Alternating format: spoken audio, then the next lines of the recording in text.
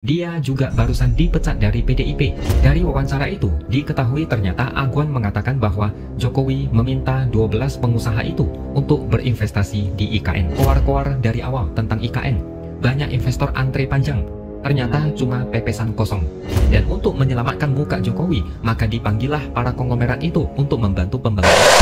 Bismillah, Assalamualaikum guys. Berjumpa lagi di channel Jurnal Terupdate. Sangat mengejutkan ketika polemik Ibu Kota Nusantara atau IKN kembali mencuat ketika Bos Agung Sedayu Group Aguan cerita soal IKN Jokowi yang ternyata sepi investor. Jadi tak perlu berlama-lama, langsung saja kita simak bersama-sama video ini guys. Bismillah. Jokowi yang bolak-balik bertemu dengan Prabowo ini sebenarnya bukan hanya karena kangen atau karena mau ngobrol santai. Bukan, ada sesuatu yang membuat pikiran Jokowi mumet.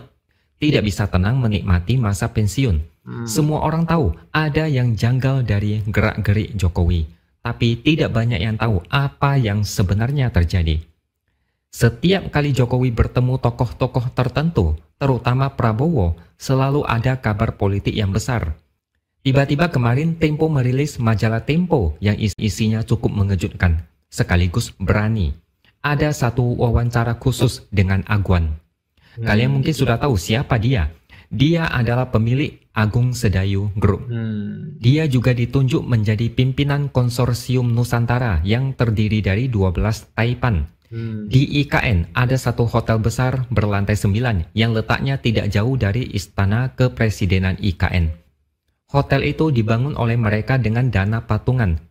Dalam wawancara itu, Agwan bicara banyak hal, tapi ada satu hal yang sangat menarik, yaitu tentang IKN.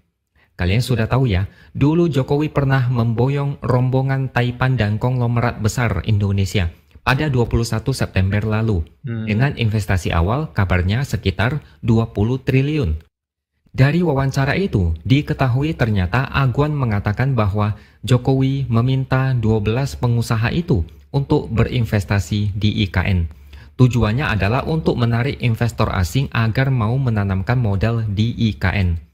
Karena itulah para taipan dan konglomerat ini seringkali mengikuti acara seremonial di IKN.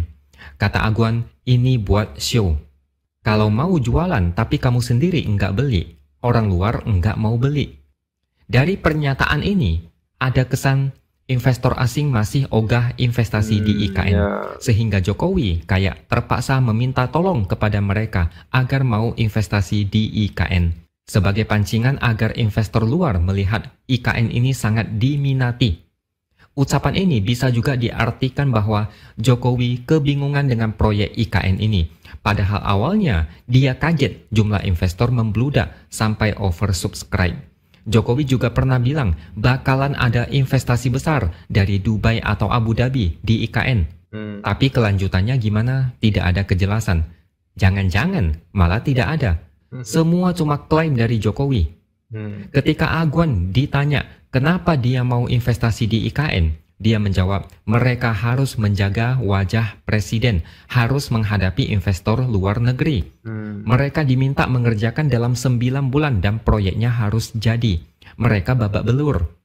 Kemudian dia ditanya lagi, apakah Jokowi yang memerintahkan pengusaha nasional untuk berinvestasi? Bukan juga diperintah, tapi diminta. Bisa disimpulkan, kabar ratusan investor asing antre di IKN agak berlebihan dan mungkin tidak benar. Jokowi memanfaatkan para pengusaha besar untuk menanamkan modal di IKN. Karena kalau tidak begitu, bayangin, tidak ada pembangunan, tidak ada proyek apapun. APBN tidak akan sanggup mengcover seluruh pembangunan seluruh IKN. Kalau tidak begitu, mungkin Jokowi bakal terkena skandal memalukan. Atau bisa jadi, Jokowi dan pemerintahannya sudah koar-koar dari awal tentang IKN. Banyak investor antre panjang. Ternyata cuma pepesan kosong. Dan untuk menyelamatkan muka Jokowi, maka dipanggillah para konglomerat itu untuk membantu pembangunan IKN. Seperti yang tadi ditanyakan Tempo kepada Agwan, kenapa mau investasi di IKN? Karena mau menjaga wajah presiden. Dan masalahnya, Prabowo seakan setengah hati mendukung kelanjutan pembangunan IKN. Ini terlihat dari anggaran untuk IKN yang turun drastis. karena Prabowo harus fokus pada programnya dia sendiri. Bisa dibilang kelanjutan dan kepastian tentang IKN ini ada di tangan Prabowo. Memang Prabowo bilang akan melanjutkan IKN.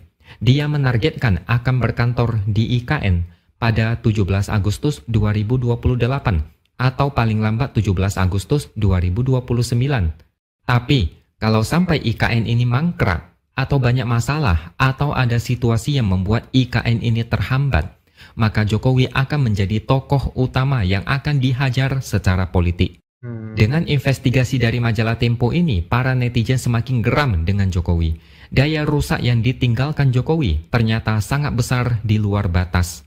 Intinya, kalau dipikir-pikir lagi, dengan isu yang carut-marut, mungkin memang dari awal IKN tidak perlu dibangun. Mungkin memang mendesak atau ada manfaat, tapi duitnya dari mana? APBN tidak sanggup membiayai. Investor asing masih ragu. Investor lokal seakan dipaksa untuk investasi. Uang rakyat dipakai untuk membiayai proyek seperti ini. Jadi, kalau ada satu hal yang sangat meresahkan Jokowi, mungkin IKN ini yang bakal menjadi beban terbesar. Jokowi punya banyak segudang masalah yang mumet.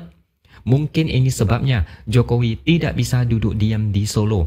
Baru 2 bulan pensiun, Jokowi sudah mondar-mandir, jalan sana-sini, terbang dari Solo ke Jakarta, bolak-balik, keliling-keliling ketemu entah siapa, rapat lagi dari pagi sampai malam. Ini tandanya Jokowi tidak tenang. Jagoannya di Pilkada Jakarta kalah. Kemudian, dia juga barusan dipecat dari PDIP, sehingga menjadi orang biasa yang tidak punya partai. IKN berjalan tidak sesuai harapan, investor asing masih diam. Ada pengamat yang bilang Jokowi bertemu di kediaman Prabowo baru-baru ini adalah karena mau meminta perlindungan setelah didepak dari PDIP. Tapi intinya Jokowi terlalu mengganggu Prabowo, dikit-dikit ketemu, baru ketemuan sudah ketemu lagi dengan alasan kangen. Rakyat maunya Prabowo menjaga jarak dengan Jokowi. Jokowi kalau sudah ada maunya bakalan bikin risih. Rakyat mau Prabowo menjadi pemimpin yang tidak diatur-atur oleh Jokowi. Jangan sampai Prabowo disebut sebagai petugas Jokowi karena terlalu sering ketemuan dengan Jokowi. Jangan sampai ada kesan dari rakyat bahwa presidennya memang Prabowo, tapi pengendali kekuasaan tetap Jokowi. Rakyat mau Prabowo yang kayak dulu saat melawan Jokowi di Pilpres, berapi-api dan punya semangat tinggi. Saat ini Prabowo kayak tidak berkutik di depan Jokowi. Jadi kesimpulannya, inilah warisan Jokowi buat kita semua. Saya yakin banyak yang makin terbuka matanya, banyak yang makin geram. Ternyata Jokowi sampai segitunya. Ada banyak kebijakan sembarangan yang tidak memikirkan dampak negatifnya. IKN ini menjadi penegasan bahwa itu adalah ambisi Jokowi yang mementingkan popularitas tanpa memikirkan dampak ke depan. IKN dipoles semulus mungkin, sampai harus mengajak influencer untuk bilang IKN itu wow. Tapi aslinya ya gitu deh. Oke guys, nah ini yang membuat Pak Jokowi setelah purna tugas mungkin makin pusing. Karena ada hal-hal yang harus diselesaikan. Yang cukup mengejutkan setelah tak lagi jadi kader dari PDI Perjuangan, satu-satu mulai berani bernyanyi keras. Salah satunya adalah Aguan. Oke guys, jadi ini ada berita, ini Aguan bongkar rahasia IKN, proyek Jokowi yang ternyata hanya pencitraan, apa fakta dibaliknya? Ini dari Hukum News.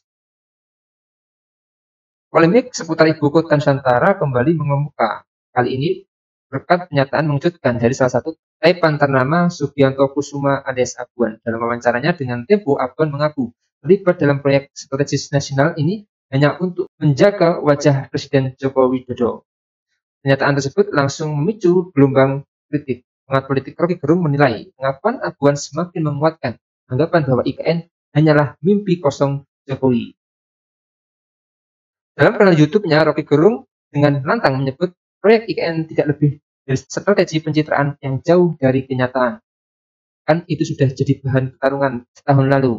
Jokowi bilang ada investasi non-APBN masuk ke IKN, tapi nyatanya kosong, ungkap Rocky. Menurutnya, Jokowi bahkan memaksa para oligarki untuk terlibat demi menarik minat investor asing. Namun, strategi ini, kata Rocky, malah semakin membuktikan lemahnya daya tarik IKN sebagai proyek bisnis. Ekologinya berbahaya, bisnisnya tidak sehat. Jadi IKN itu lebih cocok disebut omong kosong besar tambah rugi. Jadi mungkin itu guys yang bisa saya jelaskan untuk video kali ini. Bagaimana menurut kalian soal video ini? Tulis komentarnya di bawah ini ya guys. Saya pamit dulu. Assalamualaikum warahmatullahi wabarakatuh.